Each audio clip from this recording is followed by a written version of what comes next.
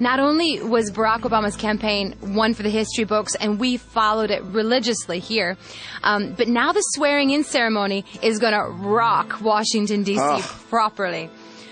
Will you be at the inauguration? Are you kidding me? I'm trying to get my seat right next to him on the podium, but I don't think they're going to let me near him. But if I had my way, my seat is sitting 2 seats down from him. But they told me, Mr. Richie, you will be nowhere near him for the swearing in. But yes, I'm going to be there, and I will definitely be a part of the ceremonies and whatever they want me to do. But this is one I will not miss. It's a beautiful time in American history, and we are so proud. We are so proud watching and following everything from Europe. I'm from South Dakota, so for me as an American. South Dakota. How did you get where did you get to? I love it. I'll interview you tomorrow. Don't worry, I got it. Continuing on this topic of politics, because it is such a hot issue right now. I think people just cannot escape talking about it because it's such an exciting time.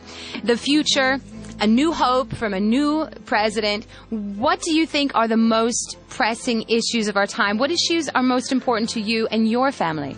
Well, let me just tell you, first of all, I think for the first time in a long time, people feel connected to each other. In other words, for the longest time, there was government was moving, business was happening, but people were not involved. They didn't feel a part of it.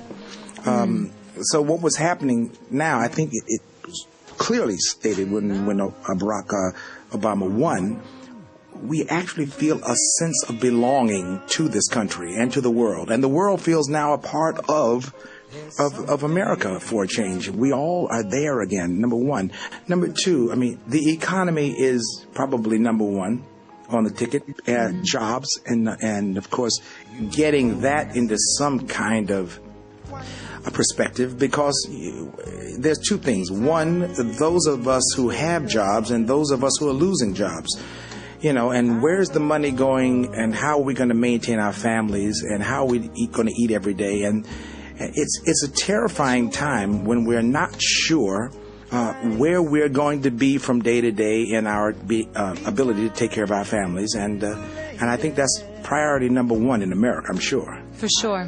I must say that we're also feeling the effects here in Europe, and somebody said, or I read it recently, that it's only when you've got your back up against the wall that will people actually make change. Do you think that was part of what's going on in America now? Yeah, unfortunately, I've said that many, many times. I experienced it when we did We Are the World. I tried to explain to people, do not wait until hunger lands at your front door. We're trying to stop this hunger thing before it gets there. But it's going to come sooner or later. It's going to come to your front door. Well, unfortunately, the way of the world is you don't really care about cancer until someone in your family has cancer. And all of a sudden it becomes a vital issue. Right now, we're all not our backs against the wall. We're flat on the floor. And the walls have been taken down all the way around. And we are actually creating a new dynamic now in the world, because the old system clearly does not work. And no one really has the makings of the new system and the new formula. So these are going to be interesting times. I'm being a student of life and of government and governments.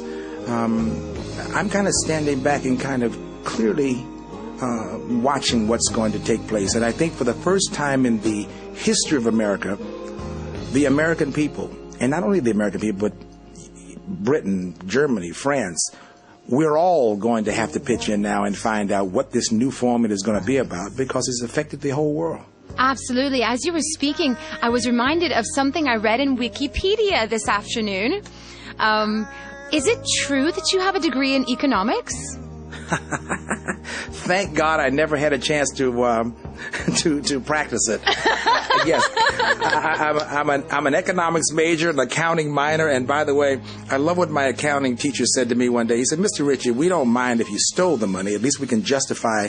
He said, "But you lost the money just by not putting the decimal point and the commas in the wrong place." So, thank God my career did not matter to try to keep up with somebody else's money. But I love economics. I think that, world currency and how the whole system works is probably one of the most fascinating things to me, because if you look at this from a global standpoint, how one country, America, can have one problem and it will affect the entire world, because we are now one global community in business now. And so if one pin falls out of the cards, the whole thing falls down.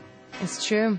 My economics teacher had said one day, predicting economics is like trying to predict the weather.